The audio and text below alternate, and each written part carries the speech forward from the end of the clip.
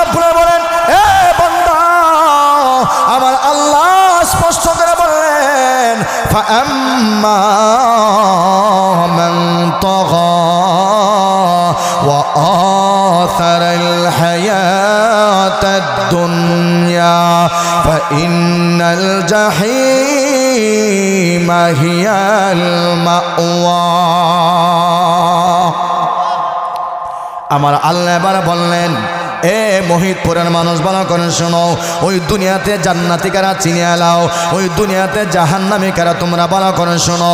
আল্লাহ রাব্বুল আলামিন বলেন, এ বান্দা, যারা আমি আল্লাহর বিধানের সঙ্গে সীমা লঙ্ঘন করবে, আমি আল্লাহর বিধান যারা মানবে না, আল্লাহর কথা যারা সত্য বলে স্বীকার করবে না, আমার আল্লাহ তখন স্পষ্ট করে বলবেন, ওরে বান্দা শোনো,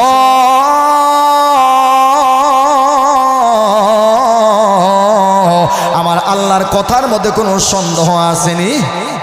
কথা জোরে হইন না। মহিতপুরের মানুষ, আমার আল্লাহর কথা যেটা বলেন ওই কথার মধ্যে কোনো সন্দেহ আছে? আল্লাহর কথার মধ্যে কোনো সন্দেহ নাই। আল্লাহ এবার জাহান্নামী যুবকের আলোচনা করলেন, জাহান্নামী বুড়ার আলোচনা করলেন। যেই বান্দা জাহান্নামে যাবে, ওই জাহান্নামী মানুষের আলামতটা আল্লাহ আপনাদের চোখের সামনে বলেন, ফাআম্মা মান তাগা। এক নম্বর আলামত হলো, যারা মহান আল্লাহর বিধানকে বৃদ্ধাঙ্গুলে দেখায়, আজান হইলে যারা মসজিদে ঢুকে না, নামাজ হইলে যারা